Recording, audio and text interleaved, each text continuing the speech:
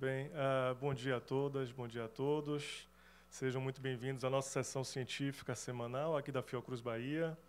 Antes de iniciar a apresentação do nosso convidado e agradecer a presença dele, transmitir nossa solidariedade a todas as vítimas da enchente, do desastre que está acontecendo no Rio Grande do Sul, aos gaúchos, aos visitantes que estão lá, aos nossos colegas da Fiocruz que têm famílias lá. Então, nossa sincera solidariedade a todos vocês. Hoje a gente está aqui na nossa sessão do dia 10 de maio de 2024, com um tema sobre a importância dos métodos alternativos ao uso de animais no desenvolvimento institucional. É um tema bem interessante que desperta o interesse de vários colegas, colaboradores de vários setores aqui da Fiocruz Bahia também. Quem vai estar palestrando aqui para a gente é o Otávio Augusto França Presgrave, qual eu já agradeço de antemão a disponibilidade.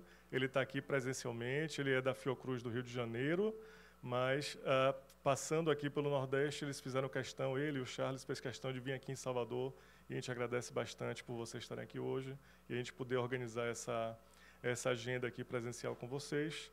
O Otávio tem graduação em Ciências Biológicas pela Universidade Gama Filho, e mestrado em Biologia Celular e Molecular pela Fiocruz. O doutorado foi em Vigilância Sanitária pelo INCQS e atualmente ele é tecnologista sênior da Fiocruz, do ICTB e colaborador da Anvisa, onde é membro da Câmara Técnica de Cosméticos. Tem experiência na área de farmacologia e toxicologia, com ênfase em métodos alternativos e atua principalmente em métodos alternativos, toxicologia, cosméticos, controle de qualidade, pirogênio, irritação ocular e cutânea.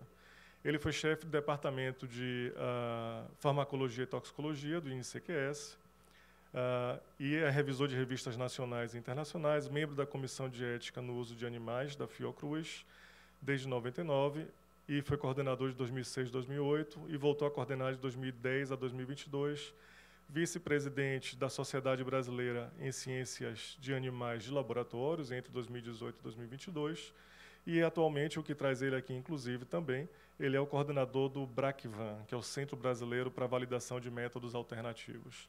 Então, dito isso, fazendo essa apresentação, novamente queria agradecer bastante sua presença, lembrando a todos que estão aqui no Zoom que mantenham seus microfones desligados, suas câmeras desligadas, e no final a gente vai ter cerca de 45 minutos de sua apresentação. No final a gente abre para questões, tanto aqui no auditório, como quem estiver aqui no Zoom com alguma dúvida, alguma questão, algum comentário, pode ficar à vontade para colocar esse comentário no chat também. Otávio, obrigado com você. Obrigado, pelas palavras. Bom dia. Como o Ricardo falou, é muito triste a gente estar vendo nossos colegas, nossos companheiros do Rio Grande do Sul passando pelo que estão passando. Só nos resta realmente nos solidarizarmos e orarmos muito para que toda a vida deles se recomponha e que pare esse temporal, isso tudo que está acontecendo por lá. Bom, eu vou me permitir ficar um pouco mais aqui na frente, andar um pouco mais. Cadê o... Está aqui.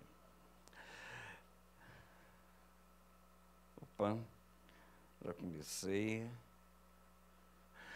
Em primeiro lugar, além de dar bom dia aos presentes aqui, agradecer a oportunidade de estar aqui conversando com vocês sobre esse tema de métodos alternativos ao uso de animais.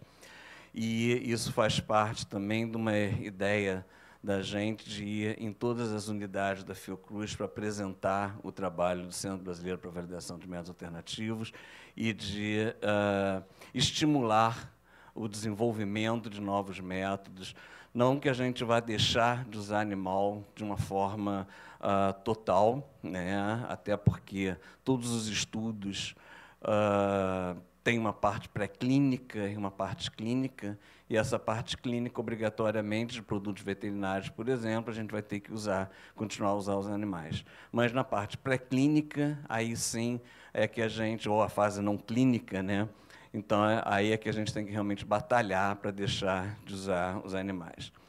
Bom,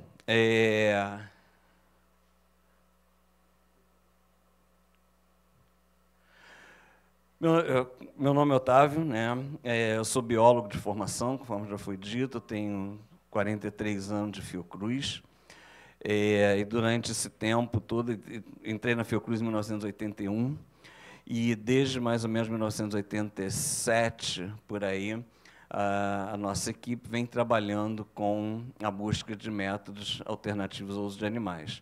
Então, durante muito tempo, eu trabalhei tanto com a experimentação animal, como na pesquisa de métodos alternativos para deixar de usar os animais que eu trabalhava, né? Então, eu transitei durante muito tempo nas duas esferas e me sinto muito à vontade de falar tanto de uma parte como de outra. E o que é o Bracvam, na verdade? O Bracvam é o Centro Brasileiro para a Validação de Métodos Alternativos, foi objeto da minha tese de doutorado. Eu lancei essa ideia através de um artigo de 2008 e que depois se transformou na minha tese de doutorado. E ele foi criado inicialmente dentro do INCQS, que é o Instituto Nacional de Controle de Qualidade, lá da Fiocruz do Rio de Janeiro, e desde dezembro de 2021 ele foi incorporado à vice-presidência de pesquisa e coleções biológicas da Fiocruz. Qual a vantagem que a gente tem nessa passagem para a VPPCB? A vantagem é que nós temos mais autonomia, né, de lidar com instituições privadas, públicas também, universidades, coisa que dentro do INCQS ficava um pouco difícil da gente fazer por conflitos de interesses, né? E isso facilita também que a gente possa receber verbas e tudo mais. O Bracvam, né, ele tem como missão promover o desenvolvimento e a disseminação de métodos alternativos ao uso científico de animais, principalmente dentro da área de experimentação e educação, e aceitação regulatória pelos órgãos competentes. A nossa visão é nos tornarmos referência nacional e internacional, né, dentro da área de métodos alternativos, e nós temos como valores o respeito aos animais, a substituição ao uso desses animais, a ética na pesquisa e na educação, o tratamento humanitário, o desenvolvimento tecnológico, a inovação e a disseminação do conhecimento dentro da área de métodos alternativos. Essa é a equipe do Bracvam, né? Nós temos aqui o Jonas, o Elias, eu estou aqui, a Cristiane, a Carolina, o Charles, ainda tem o Vlamir, que é do INCQS também, mas que não apareceu nessa foto aqui, ele fugiu na hora da foto. Nós somos uma equipe pequena, por enquanto, né, apesar de já existirmos desde 2013. Né, opa, cadê? Deixa eu voltar. De novo. Gente, tem 3 botões, eu tenho 2 neurônios. Não tem como a gente trabalhar com um negócio desse. Pois é, 3 botões, 2 neurônios, um inibidor, ferrou, né? O Jonas, o Elias, cuidam da parte administrativa, né? E a Cristiane e a Carolina cuidamos, e o Vlamir, nós temos a parte mais científica dentro do Bracvam, e o Charles também cuida de toda essa parte gerencial e administrativa, nossa, os contatos externos e tudo mais. Bom, existem vários centros de validação no mundo, tá? Mas abaixo da linha do Equador, nós temos somente o Bracvam, o Centro Brasileiro, e o Centro Australiano, sendo que a gente pode ver que dentro da América Latina, né, só existe o nosso centro. Então, a gente tem uma responsabilidade muito grande, inclusive, de disseminar isso dentro da própria América Latina. Né? Quando eu fiz a tese propondo a criação do Bracvam, nada mais fiz do que pegar a ideia dos outros centros, que já eram mais antigos que o nosso, e adaptar a uma realidade brasileira, de forma que a gente pudesse trabalhar em conjunto, falando a mesma língua. E de que forma a gente trabalha junto e a gente fala a mesma língua? o Brackman, ele participa, ele é membro desse ICATAM, que é uma cooperação internacional dos 6 maiores centros de validação do mundo. Então, fazem parte do ICATAM o Centro Europeu, o Centro Americano, o Japonês, o Coreano, o Canadense e o Brasileiro. Tá? E atuamos também como observadores no Comitê Assessor Científico do Centro Europeu para validação e do Centro Americano para validação de métodos alternativos. Então, essas participações fazem com que a gente tenha um conhecimento do que está acontecendo no mundo, e dentro do ICATAM a gente consegue até ter uma participação um pouco mais incisiva sobre a validação de métodos alternativos no mundo inteiro.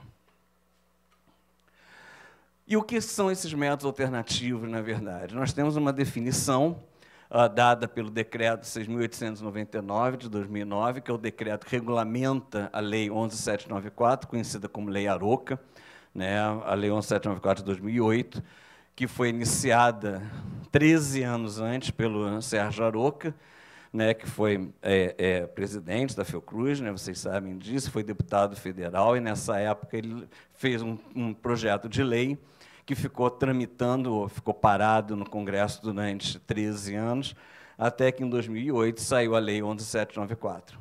E vocês sabem que, aqui no Brasil, toda lei precisa de um decreto para regulamentar. E essa lei, então, é regulamentada por esse decreto daqui, que tem, entre outras providências, né, como a criação do CONSEA, que é o Conselho Nacional de Controle da Experimentação Animal, a introdução do CIUCA, que é o Cadastro das Instituições e tudo mais, ela define métodos alternativos.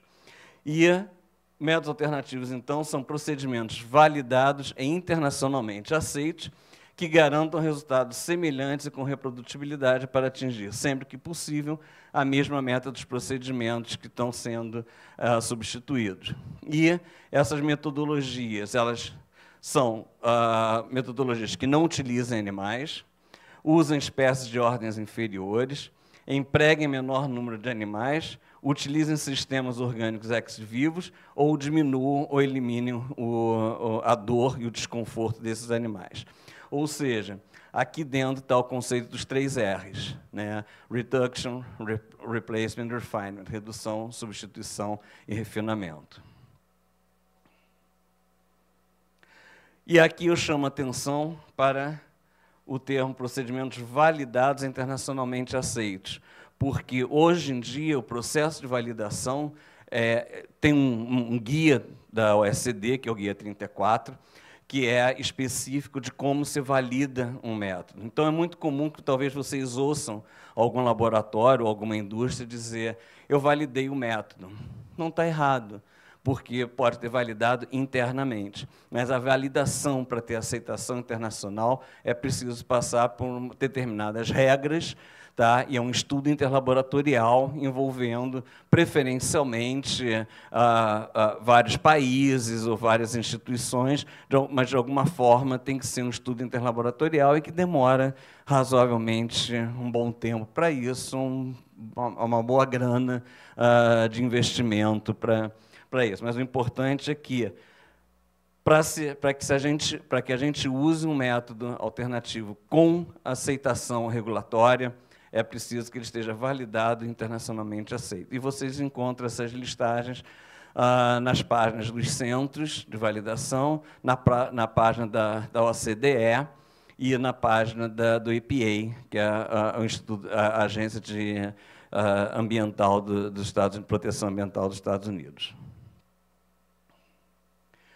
Bom, e o trabalho do Brackman aqui no Brasil tem sido, infelizmente, nós ainda não temos nenhum método alternativo validado, desenvolvido aqui no Brasil e validado aqui no Brasil.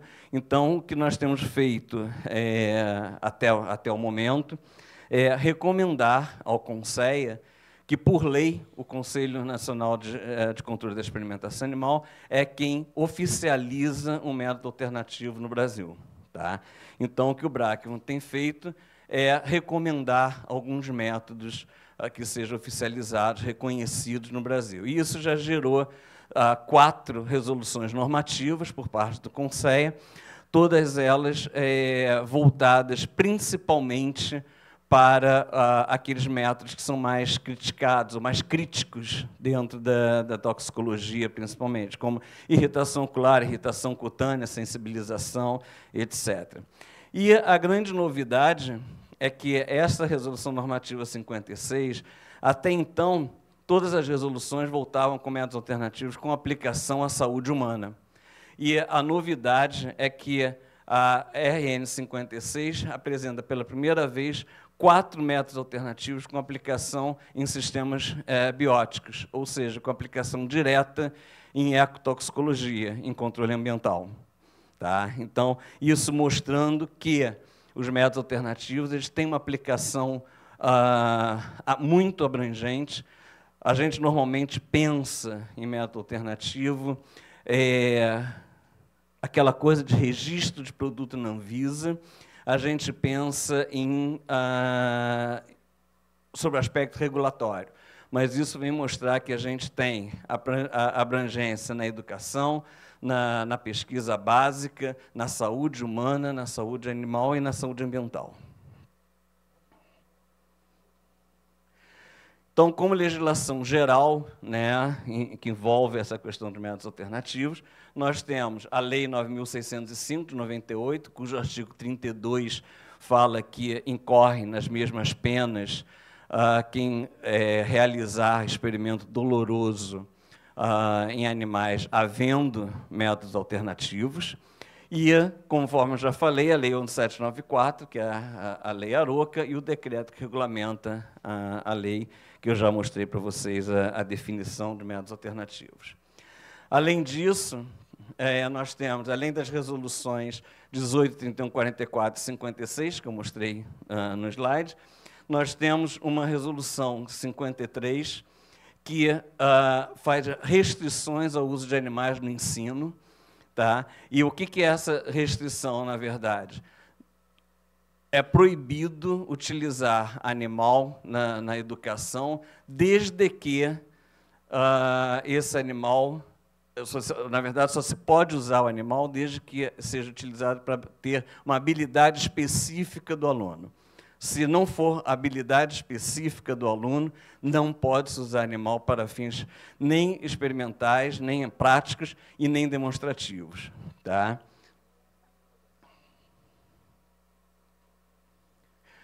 Bom, ao longo, desde 2002 até a presente data, nós temos participado de alguns eventos importantes no mundo.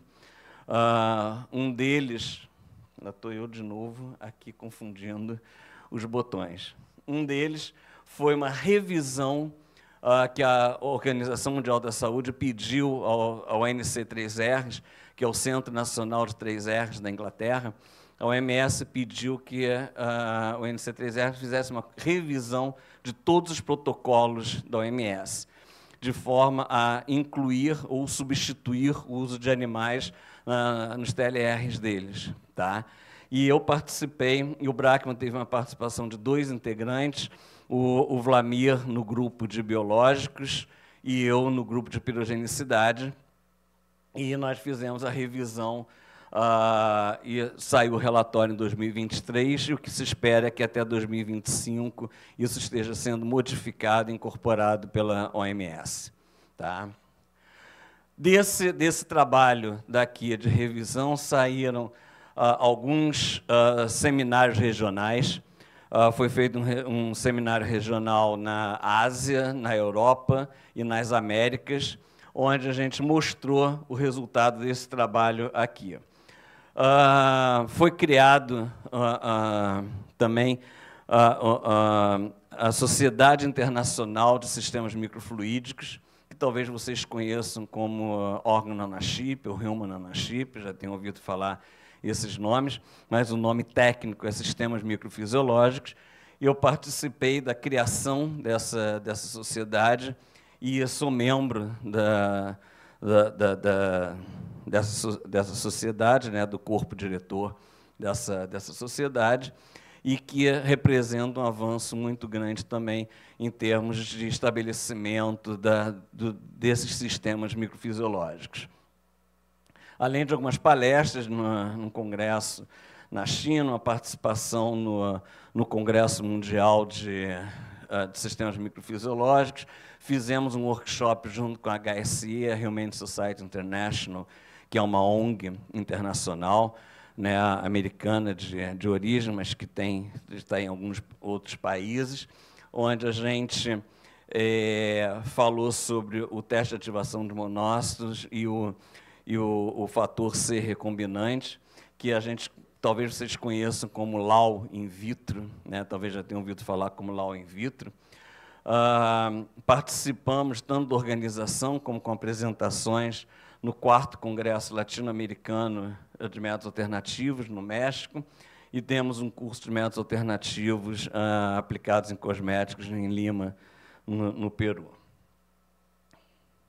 O importante também em relação ao teste de ativação de monócitos é que o Brackman também recomendou à farmacopeia brasileira a inclusão desse método como monografia na farmacopeia.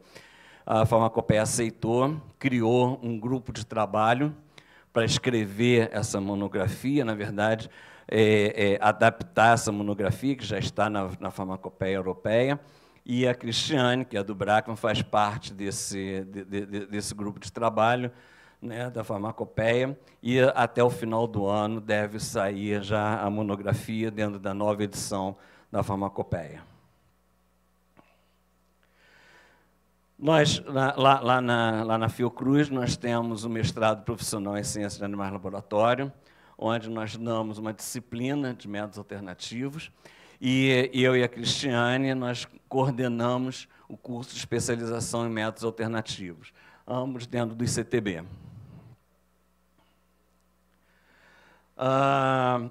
Em 2023, né, no ano passado, nós realizamos o primeiro Congresso Brasileiro de Métodos Alternativos, que superou as nossas expectativas completamente. Até então, alguns congressos, né, o próprio congresso da SBCAL, Sociedade Brasileira de Ciências de Animais Laboratório, a FESB, né, alguns congressos de farmacologia e tudo mais, sempre tinham algum módulo ou algumas palestras sobre métodos alternativos. Mas, dessa vez, a gente montou realmente o primeiro Congresso Brasileiro de Métodos Alternativos, onde tivemos 253 participantes, com 33 palestrantes de diversos países, Brasil, Estados Unidos, a Grã-Bretanha, a Alemanha, a França e a Argentina. Tivemos 104 resumos apresentados e 24 patrocinadores. Aqui algumas fotos do congresso. Aqui foi da mesa de abertura. Aqui o Thomas Hartung, que foi o criador do teste de ativação de monócitos, foi diretor do Centro Europeu para a Validação de Métodos Alternativos, e com quem eu tive um projeto de cooperação durante 6 anos. Aqui o Rodrigo, da L'Oréal, o Sebastian Hoffmann, que é um estatístico que foi responsável eu acho que por 99% do que foi validado no mundo, e ele deu um curso de estatística aplicada à validação no Congresso. Aqui o Arthur Regis, que é um advogado e da disciplina de Direito Animal na UNB. Aqui uma foto da reunião do grupo de trabalho da farmacopeia brasileira, né? Aqui a Cristiane participando da reunião com o grupo de trabalho. E, de uns tempos para cá, acho que desde o mês passado, eu tenho me reunido com parlamentares em Brasília, justamente pedindo apoio às atividades do Brackman, ao Congresso Mundial, que eu vou apresentar para vocês, e também eu tenho conversado com parlamentares, principalmente, que têm projetos de defesa animal. né, são parlamentares da Frente Parlamentar de Defesa Animal, mas são aqueles que realmente têm projeto específico voltado à proteção animal. Também me reunia com a doutora Vanessa Negrini, que é a diretora do Departamento de Defesa, Proteção e Direitos Animais do Ministério do Meio Ambiente, justamente para começar a trabalhar com esses ministérios a importância de se incluir os métodos alternativos nas suas atividades. Né? Eu preciso ainda conversar com o MAPA, né, o Ministério da Agricultura. Já estou tentando marcar uma reunião com o pessoal lá também. E aproveito e convido vocês para o 5º Congresso Latino-Americano de Métodos Alternativos, COLAMA, que vai ser agora em setembro, em Bogotá, né, na Colômbia. Esse congresso ele foi feito a primeira vez aqui no Brasil, em Niterói, né, lá no Rio de Janeiro. E foi uma iniciativa da Fiocruz, da UF e do Inmetro. E foi organizado por essas 3 entidades. Foi em 2012 o primeiro congresso. O 2º congresso foi em Cuba, em Varadero. O 3º congresso em Buenos Aires, na Argentina. O 4º congresso na Cidade do México. E o 5º congresso começou no Brasil, foi para Cuba, veio para a Argentina, foi para o México, agora veio para a Colômbia. Então, a ideia é a gente fazer esse sobe e desce através da América Latina, justamente para disseminar isso na América Latina, conscientizar as pessoas sobre os métodos alternativos e o uso, né, ético, quando o animal precisa ser utilizado. E uma das coisas que a gente pretende fazer, que ao final desse congresso seja assinada uma carta, a gente está pensando nisso, para ser apresentada a todos os ministérios, a todos os governos dos países da América Latina, justamente pedindo um compromisso para o desenvolvimento, realmente, e dos métodos alternativos e o uso benéfico dos animais quando for necessário. Sai com som? Sai. A gente conseguiu trazer o Congresso Mundial, o 13º Congresso Mundial de Métodos Alternativos. Na verdade, se chama Congresso Mundial de Alternativos, Uso de Animais nas Ciências da Vida. A gente conseguiu trazer para o Brasil, para 2025, vai ser de 31 de agosto a 4 de setembro de 2025. E isso foi uma grande conquista para a gente, porque vai ser a primeira vez que esse congresso vai acontecer abaixo da linha do Equador.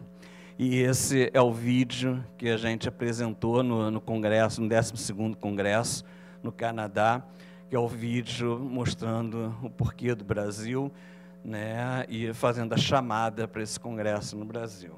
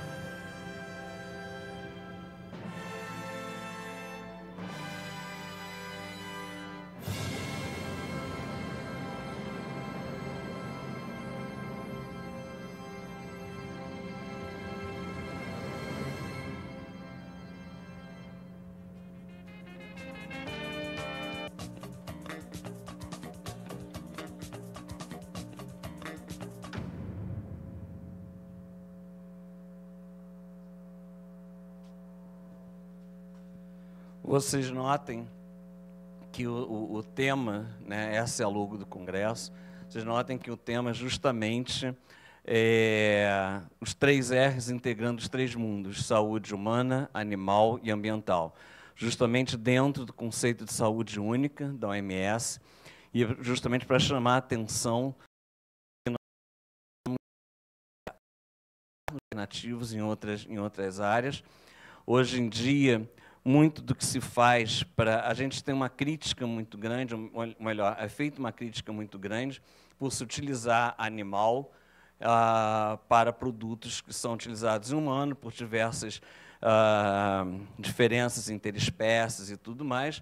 Entretanto, os produtos que são aplicados em animais, nos produtos veterinários, muitos deles continuam sendo feitos nos mesmos testes que são aplicados a humanos, né?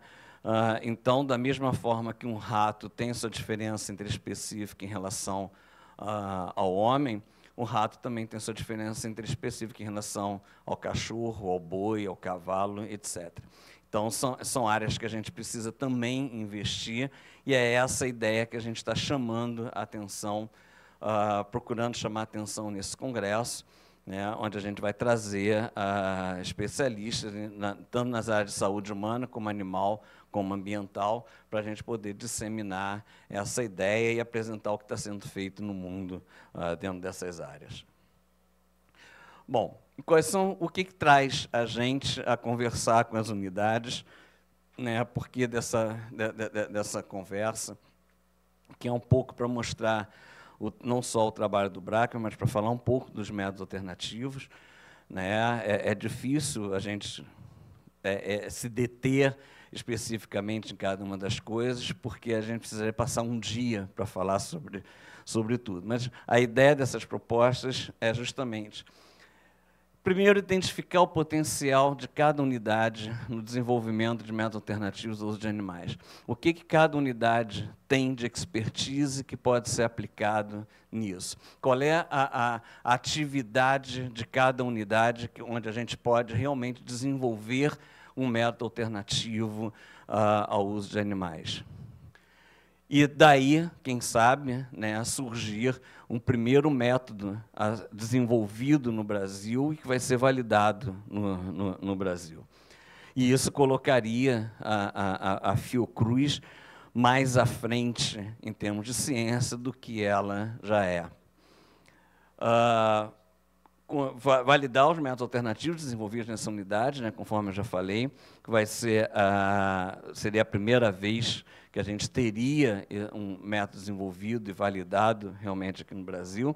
A gente teve uma vez um início de validação numa técnica chamada RET-scan, que é membrana coriolantoide de ovo embrionado, mas por falta de fomento, a gente só conseguiu fazer uma pré-validação, né?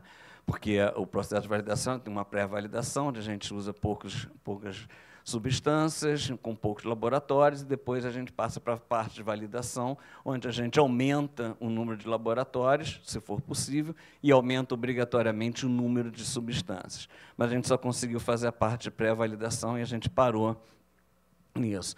Então, a Fiocruz tem um potencial muito grande de, se não desenvolver um método, não só de desenvolver novos métodos para validação, como de aplicar alguns métodos, apresentar aplicações de métodos que já estão validados e onde a gente pode desenvolver novas aplicações dentro das atividades que a Fiocruz desenvolve, né?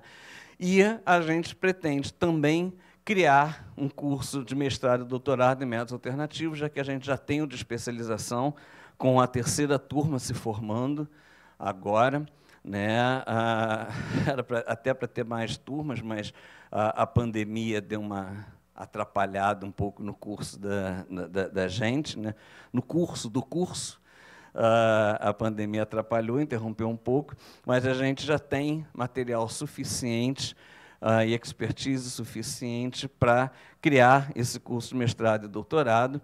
E por que a gente está começando essa conversa? Justamente, a gente fez essa conversa no Ceará e agora a gente está fazendo na Bahia. A gente acha importante fazer essa integração, as coisas ficam muito ligadas no eixo Rio-São Paulo, Rio-São Paulo, Rio-São Paulo, Sudeste-Sul, Sudeste-Sul. Eu acho que a gente está precisando integrar essa parte também de Norte e Nordeste, né, às nossas atividades, né? Essas regionais ficam muito distantes da gente. Então, a gente está começando justamente por aqui, não só pelo potencial de cada uma dessas unidades, mas também numa tentativa da gente começar a integrar as regionais às nossas atividades. Quais são as vantagens que a gente tem de utilizar um método alternativo? A primeira delas é que a gente tem um menor custo. Talvez vocês me digam, mas pelo que eu já li, alguns métodos alternativos fazem algumas exigências de alguns equipamentos que são um pouco mais caros. Sim, mas se a gente parar para pensar, talvez o investimento inicial possa até ser um pouco mais custoso. Tá? Mas depois, ao longo do tempo, isso diminui, você acaba recuperando o investimento inicial. Um exemplo que eu posso dar do próprio teste de ativação de monócitos, mas o kit de dosagem de mediador inflamatório é caro. Tá? Você com uma placa custa R$4.000. Tá? Mas com uma placa você faz 20 testes. Né? Então, se você pega R$4.000 e divide por 20 testes, né, você vai ter aí, sei lá, R$200 o custo de um teste. Né? Se você for fazer o teste de pirogênio, só coelho você usa de 3 a 8. Se você parar para pensar num custo de uns R$100 por coelho, né, o teu teste já não sai mais por R$200, sai variando de R$300 a R$800. Isso só em termos de coelho, fora hora homem, luz, etc., etc. Né? Então, uma das grandes vantagens é um menor custo. Né? Não tem como se comparar, por exemplo, a uma estrutura de cultivo celular com uma estrutura de biotério. Maior agilidade. Né? Muitos dos testes em animais, às vezes a gente demora 14 dias, um mês, 180 dias, dependendo do desfecho que estamos analisando, e com um método não animal a gente diminui consideravelmente esse custo. Outra coisa é que a gente consegue ter uma maior relação com a resposta humana, tá? Principalmente quando a gente utiliza métodos que se baseiam na mecanística, tá? Ou seja, no modo de ação daquele efeito da toxicidade. Por exemplo. E a gente, uns dos exemplos, né, alguns exemplos dessa maior relação da resposta humana, é o que hoje a gente chama de NAM, ou seja, New Approach Methodologies, ou novas metodologias de abordagem, onde, na verdade, a gente não tem um único método a ser realizado. A gente trabalha com uma abordagem. Tá? E essa abordagem, na verdade, significa o quê? Nós temos aqui como exemplo as IATAs e as Defined Approach, né? Ou seja, abordagens definidas. O que são as IATAs, na verdade? É uma hierarquização de métodos. Tá? Então, você sintetiza uma molécula, por exemplo, e você coloca isso, e aí você pode buscar dados na literatura, ou você tem uma molécula que já está sintetizada, você está estudando, você busca dados na literatura de resposta humana. Depois você passa para a resposta animal. Depois você passa para métodos computacionais. Você passa para in vitro, para em químico, in vitro, e, por último, se houver necessidade, você chega até o animal. Então, essa IATA é uma hierarquização desses métodos, onde cada etapa dessa você tem um poder de decisão. Né? Se vale a pena ou não, se você pode ou não seguir com aquele teu estudo. E o Defined Approach, por exemplo, vou dar um exemplo clássico, que é de sensibilização, né, de alergia, onde você trabalha com 3 métodos, por exemplo, que são baseados na mecanística. Né? Você trabalha com um método em célula dendrítica, outro método em queratinócito e outro método que é um método químico por ligação proteica. E aí você tem, como uma abordagem definida, né, isso é só um exemplo dessa abordagem definida, 2 em 3, ou seja, se você tem 2 métodos que deram resultado positivo, você pode considerar que aquela tua molécula é sensibilizante. Se você tem 2 resultados que são negativos, você pode considerar que aquela molécula não é sensibilizante. Tá? Na verdade, existem várias formas de você fazer essa definição do teu desfecho.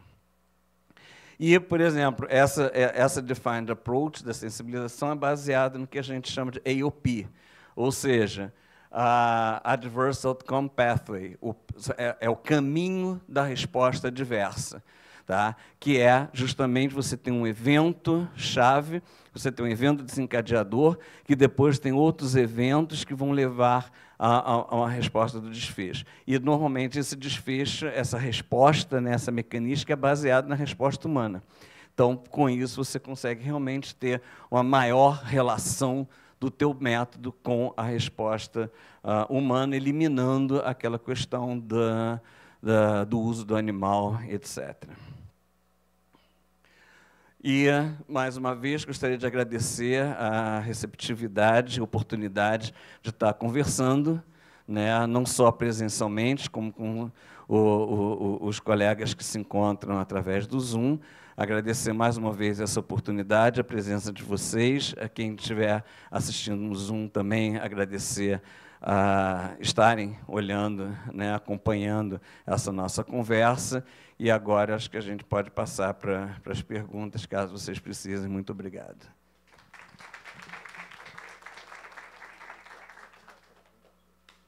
Gente, eu nunca fui tão pontual na minha vida em termos de palestra, tá? Normalmente eu ultrapasso muito.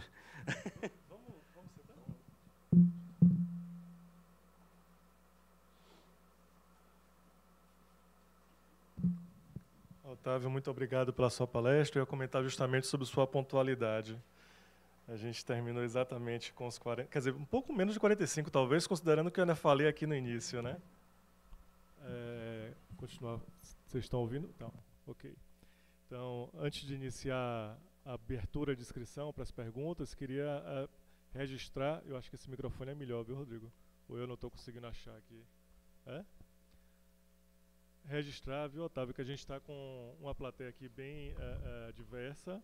A gente tem, além de pesquisadores, a gente tem colaboradores do Biotério, a gente tem membros do SEU, a gente tem estudantes. O coordenador do nosso Biotério fez questão de vir aqui, o Valdomiro, e trazer a equipe dele também. Então, deixar isso registrado aqui, que é bem interessante sempre ver todos vocês. E voltem sempre, toda sexta-feira a gente está aqui às 9 horas da manhã, com vários temas muito interessantes, inclusive esse de hoje. Então, dito isso, vou abrir agora para perguntas. Quem tiver pergunta, por favor, pode levantar a mão. Miter Maia já está aqui como o primeiro a fazer uma pergunta. Tem alguém que quer fazer uma pergunta antes do Miter Maia? Tem a Eugênia, depois vai ele. E se tiver alguém no Zoom que queira fazer uma pergunta, fique à vontade para colocar no chat, que eu estou com o aplicativo aberto aqui. Eugênia. Bom dia a todo mundo, bom dia, Otávio. Bom dia. Muito obrigada pela sua palestra e por essa chamada, né, a gente utilizar mais esses métodos que realmente são tão importantes para a pesquisa. E eu achei muito interessante que você trouxe o quanto, além da questão animal, da importância dessa discussão, o quanto também pode ser benéfico para as pesquisas, pode ser mais ágil e pode ser interessante para a coisa andar mais rápido e andar com mais eficiência também. A minha questão, na verdade, vai um pouco mais para o início da sua apresentação, em relação à legislação. Você mostrou que já existe essa legislação, mas eu queria que você fosse um pouco mais pontual. Assim, algumas implementações ocorreram de fato quando a lei exigiu e botou um prazo. Por exemplo, implementação de biobanco, implementação dos CEP, CEUAS, tal. Existe esse prazo para a utilização dessa metodologia? Você falou em relação a alguns métodos mais agressivos, né, de uso de animais, mas como é que está isso assim, na nossa legislação atual? Existe sim, obrigado pela pergunta, ótima pergunta. Antes até de responder, eu vou ousar até dizer que eu posso, numa outra oportunidade, voltar para falar especificamente sobre os métodos alternativos de uma forma mais específica, realmente, com exemplos de métodos alternativos na educação, na experimentação, aplicações e tudo mais. Tá? Cada resolução normativa que reconhece um método alternativo dá 5 anos para que os laboratórios se adequem, né, e criem, implantem esses métodos. Né? Isso está na RN 54, embora em cada uma das RNs vem dizendo que tem um prazo de 5 anos, mas isso está estipulado também na RN 54, que revogou a 17, que foi a primeira e teve uma melhor adequação. Então, quando por exemplo, a 56, ela saiu em 2022, né? A 56. Então, tem até 2027 para entrar em vigor. O que, na verdade, não significa que não se possa implementar e passar a utilizar antes dessa data. Tá? Mas isso significa que, a partir daqueles 5 anos contados a partir da publicação da RN, aqueles métodos passam a ser os métodos oficiais. Tá? Então, são 5 anos para adequação e implementação. Tá? E esse ato da Fiocruz está nesse caminho, né, de conseguir, nesse período, então, o trabalho de vocês e essa discussão com as unidades já é uma iniciativa, sim, né? Sim.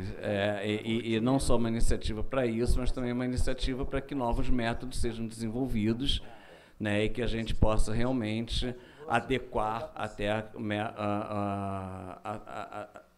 atividade de cada uma das unidades.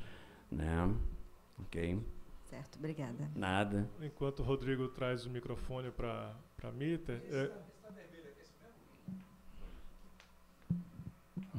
Obrigado. Bom dia, parabéns aí pela apresentação. E foi fascinante a divulgação do Congresso, que coisa bela. Obrigado. Gostei muito, inclusive com a voz de uma baiana, né? Pois Bom, é. Eu queria aproveitar, antes de especificamente falar sobre... Queria fazer um registro.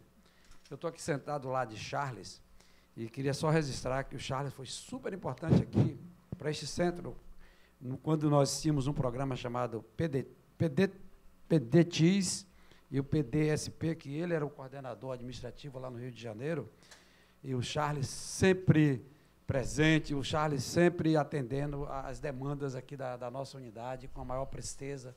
Eu queria registrar isso. Charles é um amigo aqui da Fiocruz Bahia, por tudo que ele fez lá quando ele estava coordenando, inclusive assessorando na época os vice-presidentes, o Zeni Sarno, depois o Reinaldo Guimarães, e eu ficava muito junto ao lado deles. Bom, com relação a essa coisa dos animais, realmente é uma preocupação importante. Sobre a pergunta é o seguinte, a minha preocupação, quando eu era gestor e depois, era o pessoal que trabalha no laboratório, que trabalha no biotério. Eu vou ficar desempregado? Então, aí o meu conselho, viu, meu amigo Valdomiro, é que esse apelo que você faz, eu acho que o pessoal do biotério já teria que começar a fazer pesquisas para validar métodos alternativos. Né? E aí, sim, através dos nossos cursos de pós-graduação, estimular as pessoas, e eu acho que é extremamente importante. Por exemplo, a gente tem um grupo muito forte aqui de células-tronco, liderado pela Milena. Então, eu acho que com Milena e vários outros colegas aqui, poderíamos, sim, investir.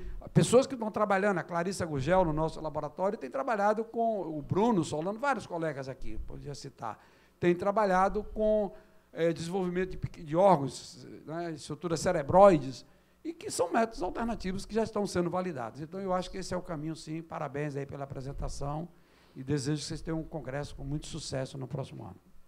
Obrigado. Para mim é uma honra, meu irmão, você tá aqui falando, tecendo esse comentário. Né? Inclusive, o Bruno Solano, ele fornece para a gente neurônios para a gente trabalhar. Né? A gente teve com 3 pessoas aqui, né, foram lá para o hospital fazer o treinamento na parte de diferenciação de neurônios e tudo mais, é ele quem fornece para a gente os neurônios, para a gente fazer uns métodos. Em relação à questão do biotério, né, do pessoal do biotério perder emprego, isso é inviável, isso não vai acontecer nunca, porque, como eu falei, primeiro que a gente não tem como substituir, o processo de validação de um método alternativo, ele é muito complexo, ele é muito demorado. né?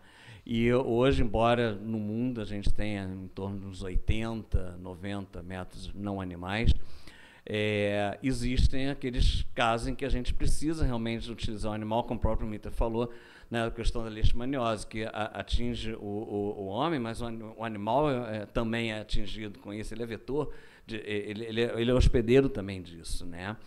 E eu tenho um exemplo que eu sempre costumo brincar, e que, na verdade, é um exemplo que não é uma brincadeira, é uma realidade, teste de palatabilidade de ração, por exemplo. Você tem que botar o cão ou o gato para ver qual ração que ele mais gosta. Nenhum de nós vai provar a ração. Não sei se alguém já provou ração de cachorro. Eu já, é horrível. Eu não sei como é que eles gostam daquilo. O biscoito é gostosinho, tá? Alguns biscoitos são gostosinhos, mas a ração é horrível, mas eles gostam, né? E é como eu falei, a gente tem tanto na pesquisa de produtos humanos como na pesquisa de produtos animais, nós temos a fase não clínica, né, que antigamente a gente chamava de fase pré-clínica, e a gente tem a fase clínica, que não tem como. Na fase clínica, a gente usa organismo-alvo. Assim como nós, humanos, participamos dos estudos clínicos, os animais vão participar dos estudos clínicos também para testar vacina, testar antiomíntico, etc, etc. Então, a experimentação animal, ela nunca vai acabar. Ela pode reduzir drasticamente, mas tem coisas que o animal vai ser insubstituível, né? Talvez, sei lá, daqui a 50 anos, nem vamos mais estar aqui, né? Mas talvez a gente consiga criar determinadas coisas. Hoje em dia é impossível a gente ter uma substituição, por exemplo, para estudos de aprendizagem, de teratogênese, por exemplo, né? Então, durante muito tempo, as pessoas ainda vão ter seus trabalhos nos biotérios, e a pesquisa também no biotério, ela passa também pela questão do refinamento, né? Quanto mais dentro da ciência, porque eu sou de um tempo em que biotério era castigo, né? Ou quando você entrava numa instituição, você começava no biotério, ou quando você fazia alguma bobagem, você ia para o biotério, né? Lavar a caixa. Hoje em dia, né, a ciência de animais de laboratório é uma coisa que cresceu muito. Então, faz parte também de quem trabalha com animal estudar a parte de refinamento, melhorando qual a melhor cama a ser utilizado, qual o melhor enriquecimento ambiental a ser utilizado. Então, dentro dessa área, isso está dentro da questão de métodos alternativos também, né? Na verdade, o método alternativo de ciência de animais de laboratório são coisas independentes, né? Mas que a ciência de animais de laboratório acaba utilizando conceitos de métodos alternativos para o seu desenvolvimento, né? Como, por exemplo, essa questão, qual a melhor cama para se utilizar? Vai ser pinos, vai ser a maravalha de pinos, vai ser bagaço de cana, vai ser, seja lá o que for, como é que a gente pode melhorar uma curva de crescimento do animal? Como é que a gente pode, que tipo de enriquecimento ambiental a gente pode fazer para manter um bem-estar do animal? Embora bem-estar, só de bem-estar a gente vai ter que passar um dia aqui discutindo o que é bem-estar, etc, etc. Então, não tenham medo que o pessoal do biotério não vai perder emprego tão cedo, não. E muito interessante você falar isso, só antes de passar a palavra para Valdomiro, que às vezes a gente tem ideia, tem alguns estudantes aqui, tem a ideia de que a gente pode, em algum momento, deixar de ter experimentação com o animal, mas você trouxe alguns exemplos muito claros de que tem algumas situações que a gente não tem como não fazer. O primeiro exemplo da leishmaniose, eu acredito que no futuro a gente talvez consiga substituir animais por outros modelos. O modelo que eu estudo, por exemplo, é a esquistossomose, muito provavelmente a gente vai conseguir também substituir. Mas tem algumas situações, principalmente quando a gente pensa em a própria saúde do animal e tudo mais, a gente não tem realmente como substituir. Rodrigo, você disse que tinha uma pergunta no chat? Ah, não tem, né? Tá bom. Então vamos fazer a última pergunta aqui com o Valdomiro na plateia. Apareceu uma pergunta no chat, quando ele finalizar, eu faço a leitura, se você me autorizar. Lógico, tranquilo. Faço a leitura dessa pergunta e a gente vai responder.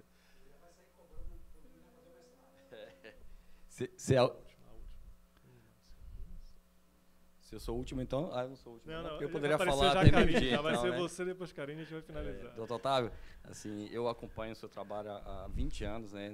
Esses BKs da vida que a gente já teve, vários BKs, etc. O último foi agora no Ceará, a gente já teve em Goiânia. E, Foi, Rio Grande do Sul, um monte de Rio Grande lugar. do Sul, isso há muitos anos atrás, a gente ficou lá no hotel de trânsito lá na época. Mas, assim, parabéns pelo trabalho, é um trabalho, assim, que falta um pouco ainda mais de incentivo dos pesquisadores, das instituições.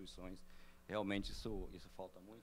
Voltando ao assunto que você falou de pessoal que iniciava no Bioterra, em 1998, quando eu saí do curso técnico no laboratório, meu primeiro emprego foi cortar capim para dar para os preá e para os coelhos. E em 98, minha cabeça lá com auxiliar de biotério. Isso lá em 98. E realmente, lá na empresa que eu trabalhava em Feira de Santana, todo mundo que não era bem visto ou que mandava para o biotério. A gente ia lavar a caixa, etc. E hoje já é o contrário. Hoje a gente tem uma equipe do biotério. Na verdade, eu vim basta para fazer comentário. Muito boas, todos muito experientes. Tem menos tempo aí, tem 8, 10 anos. Parabéns. Então, a nossa equipe ela é muito antiga, de profissão, de capacidades. São pessoas muito comprometidas e assim a gente preza muito pelo bem-estar dos animais. E nosso biotério começou a dar uma melhorada boa na gestão do Sr. Mittermeier, quando a gente tinha uma demanda de mais ou menos 10 mil animais por ano, e a gente caiu para 5, aumentando em mais de 30% a publicação de artigo. Isso começou na gestão do Sr. Mittermeier e deu continuação na gestão do professor Barral. E hoje nosso biotério fornece mais ou menos 5 mil animais por ano, e todos os animais hamster do Brasil, da Fiocruz, é fornecido aqui do nosso biotério. E a gente tem um incentivo muito grande, eu tenho que puxar o saco da diretoria e da vice-diretoria, que eles realmente incentivam financeiramente a gente a tentar melhorar. E a gente busca muito por isso. Hoje nossos animais são SPF, com uma qualidade muito boa. Inclusive, para a pandemia, os hamsters que foram lá para Butantã foram daqui, eles mandaram uma carta agradecendo pela qualidade dos nossos animais, etc. Eu encaminhei para a diretoria por isso. E assim, falando para meus colegas aí, a gente, no curso que a gente tinha de manipulação de animais, a gente tinha um curso de manipulação aqui, mas a maioria dos alunos não ia trabalhar.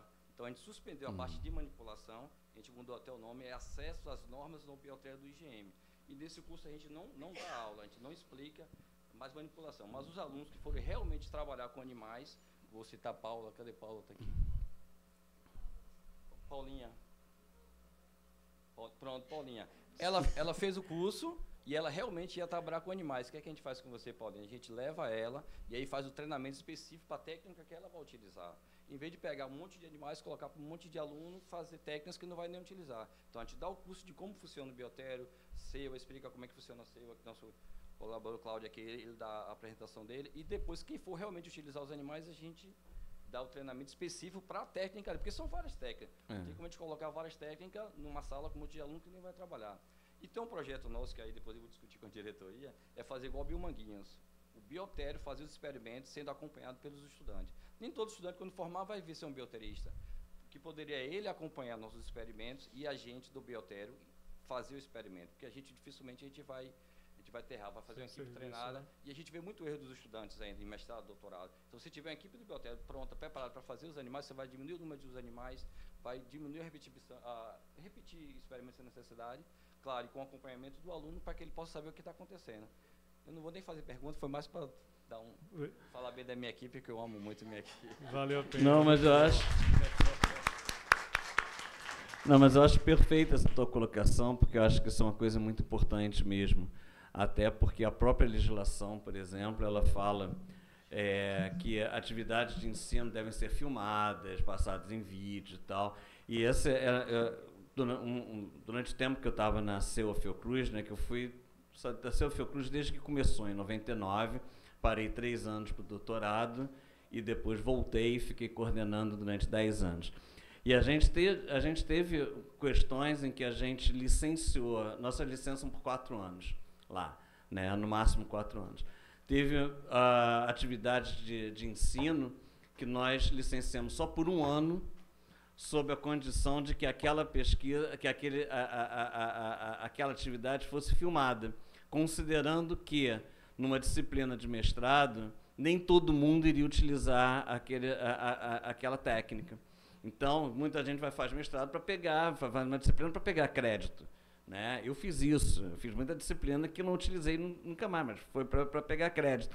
Então, para evitar esse tipo de coisa, esse uso desnecessário do animal, a gente licenciava durante 1 ano, mas você vai fazer esses experimentos e vai filmar.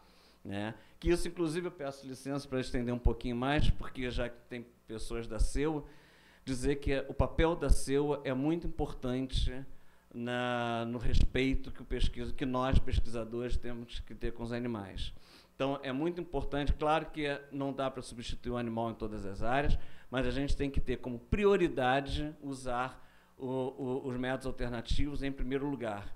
Né? Então, eu acho que a nossa postura lá no Fiocruz sempre foi orientar o pesquisador, porque a CEUA não é punitiva, não é policialesca, a CEUA é orientativa, né? e protege o pesquisador e a instituição.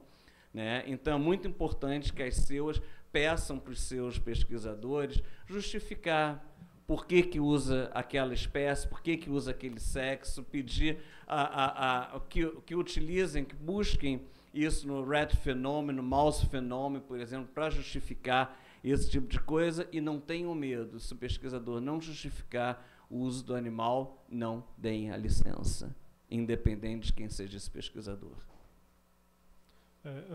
Karine, a última pergunta vai ter 30 segundos antes dela falar. Tá. Eu sou pontual e a gente já está atrasado. Antes dela falar, teve um comentário aqui, Otávio, no chat. Eu perdi a conexão, mas acho que eu lembro o teor. Só queria trazer aqui, que eu acho que é bem interessante. Se eu não me engano, foi de Estela Oliveira. Por favor, me corrija se eu estiver errado. Quando a gente perde a conexão, some a pergunta. Ela comentou que é muito importante a gente lembrar de um personagem que são os alunos. Eu até comentei aqui sobre os alunos, que muitos deles, às vezes, chegam aqui, muitos jovens, não estão preparados, até psicologicamente preparados para trabalhar, para manipular animais.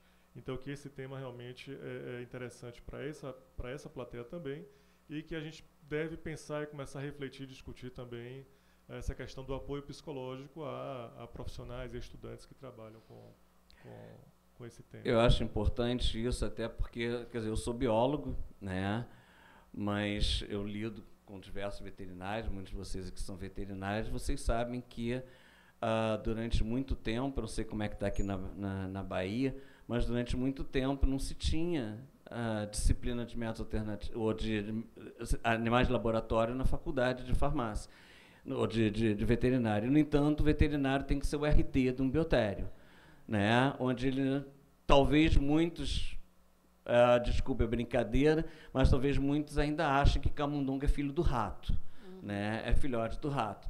E é o que eu costumo dizer, eu sou biólogo, mas eu não consigo diferenciar um pé de alface de uma mangueira. Eu sou péssimo em botânica, né? Minha formação sempre foi zoologia, né? Então, a mesma coisa, acabam atribuindo a questão do médico veterinário, por exemplo, para ser um RT, como hoje é uma exigência, sem que tenha uma disciplina de animais de laboratório na faculdade. Agora não, agora algumas faculdades estão tendo, começou como eletiva, agora está como obrigatória. Então, essa questão do aluno é muito importante, que eles sejam realmente formados dentro de ciência de animais de laboratório, que tem uma questão de ética. Ética até tem, né? Na faculdade até tem a questão de ética, mas que também sejam treinados em relação a esse tipo de coisa, a questão de métodos alternativos e tudo mais, para justamente já ter esse preparo. É muito importante que a gente comece a pensar e forçar os nossos conselhos a mudarem e atualizarem um pouco as grades das nossas graduações também. Por falar em médico veterinário, Karine. Por acaso eu sou médica veterinária. Tudo bem, Otávio? Prazer revê-lo aqui. Durante um tempo a gente participou das reuniões da CEUA, lá na Fiocruz, e as reuniões eram sempre muito importantes assim, para mudar, inclusive, a nossa visão, né? Isso que você falou sobre a questão da graduação de veterinária, de fato, a gente não aprende durante a faculdade sobre métodos alternativos. Nas aulas de cirurgia que a gente começa a ter contato com isso. Mas eu acho que eu sou médica veterinária, trabalho com oncologia comparada, então o câncer é desenvolvido nos animais e a gente estuda a doença no animal exatamente do ponto de vista comparativo com o humano. Mas eu também, enquanto pesquisadora, percebo uma resistência da comunidade científica em relação à visão comparada. Então, eu acho que também tem que mudar um pouco isso, né? essa visão da ciência, da relevância desses estudos, né? Para contribuir para a ciência também, né? E um outro ponto que eu achei interessante, aí fica como uma sugestão, você falou, queria te parabenizar pela apresentação e pela iniciativa, inclusive da construção da nova pós-graduação, né, em métodos alternativos, e eu acho que é uma disciplina que precisa ser implementada em todas as pós-graduações da Fiocruz e relacionadas à saúde, porque essa visão de métodos alternativos, ela tem que estar na formação do cientista, né? Então, fica aqui como uma sugestão e eu queria saber da sua visão em relação a isso, aos modelos comparados, às doenças. Você falou um pouco da leishmaniose, mas em relação à oncologia, eu ainda percebo ainda uma resistência em relação a esses estudos. Obrigada. Obrigado pela observação, pela pergunta. Você, inclusive, falou essa questão de cirurgia, de métodos alternativos. Vocês têm um grande cara que começou com isso aqui, o Moreira. Exatamente, né? Meu professor. Exato, né? Ele foi a coisa da aula de bastidor com filtro, as dobras para treinar a sutura e tudo mais. Eu acho que ele foi um dos primeiros realmente a incentivar essa questão dentro da Faculdade de Medicina Veterinária. Né? A gente participou muito junto em alguns congressos, algumas mesas, tem uma admiração muito grande pelo trabalho que ele começou realmente aqui. Né? A gente tem que valorizar isso, que começou na Universidade Federal da Bahia, com Moreira, aqui. Né? Essa questão comparativa, acho que também é muito importante, e eu acredito muito na ferramenta de organ on a chip, ou human on a chip, para fazer isso. Né? E a partir do momento que a gente tiver, por exemplo, outros tecidos animais, né, em que a gente possa usar a mesma ferramenta, né, talvez a gente possa fazer algumas comparações in vitro até antes da gente fazer essa parte mais no próprio animal e tudo mais.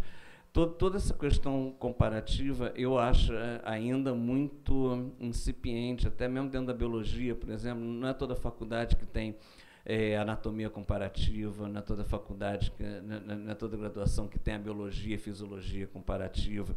Né? Então, muitas vezes, a gente acaba aprendendo as coisas na raça mesmo.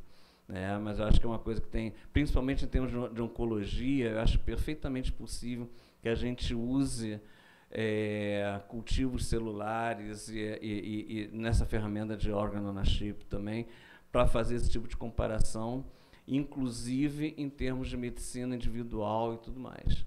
Né? Eu acho que um exemplo que eu dou, por exemplo, é sempre assim, você pode ver um efeito de uma determinada droga, que seja um antiarrítmico, por exemplo, como é que ele vai se comportar com um paciente que tem um tumor intestinal, por exemplo. Então, você pode construir um chip onde você tenha ali uma cultura de tumor intestinal, e você vai ver qual é o efeito que pode ter, ou qual alteração pode ter daquela droga, daquele medicamento, uma coisa. E você pode fazer isso comparativamente em todas as áreas, principalmente na área da oncologia. Eu acho que o organ on a chip pode ser uma salvação para a gente. Inclusive, o uso de diagnóstico por imagem também.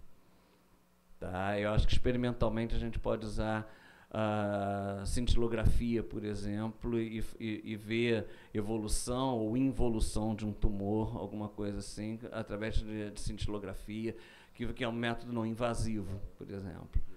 Né? Mas eu acho que é uma área que precisa ser realmente mais explorada e mais desenvolvida. Obrigado, Otávio. Agradecer mais uma vez sua presença aqui. Tivemos discussão estou lembrado. Tivemos discussão bem profunda sobre o tema, isso é importante. Eu acho que é um início dessa discussão aqui. E queria mais uma vez agradecer sua disponibilidade, de você, do Charles, de estarem aqui hoje com a gente. E vão passar, eu imagino que amanhã ainda com a gente aqui. Pelo menos um passeio, o Valdeir disse que ia pelo menos passear aqui. Então, eu queria convidar todos, antes de finalizar, convidar todos para a nossa palestra da próxima semana. Vai ser a professora Fernanda Laranjeira. Ela vai ser uma palestra virtual, mas a gente vai fazer a projeção aqui no auditório, então sejam todos muito bem-vindos a sentar aqui no auditório. Muito bom lembrar, Valdeir. Qual o caminho? Eu sei que mantém sigilo, tudo de inscrição, tudo Isso, mais. isso, Qual o isso. caminho o É senhor através do precisa SGT. Pode procurar o SGT? SGT, isso. Mas está aberto a todo e qualquer colaborador, terceirizado, aluno, enfim.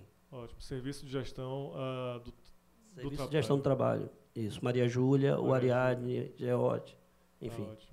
Tá bom. Obrigado, Valder. Mais uma vez, obrigado a todos. Obrigado, Otávio. Eu E que a todos agradeço. um bom Obrigado. final de semana.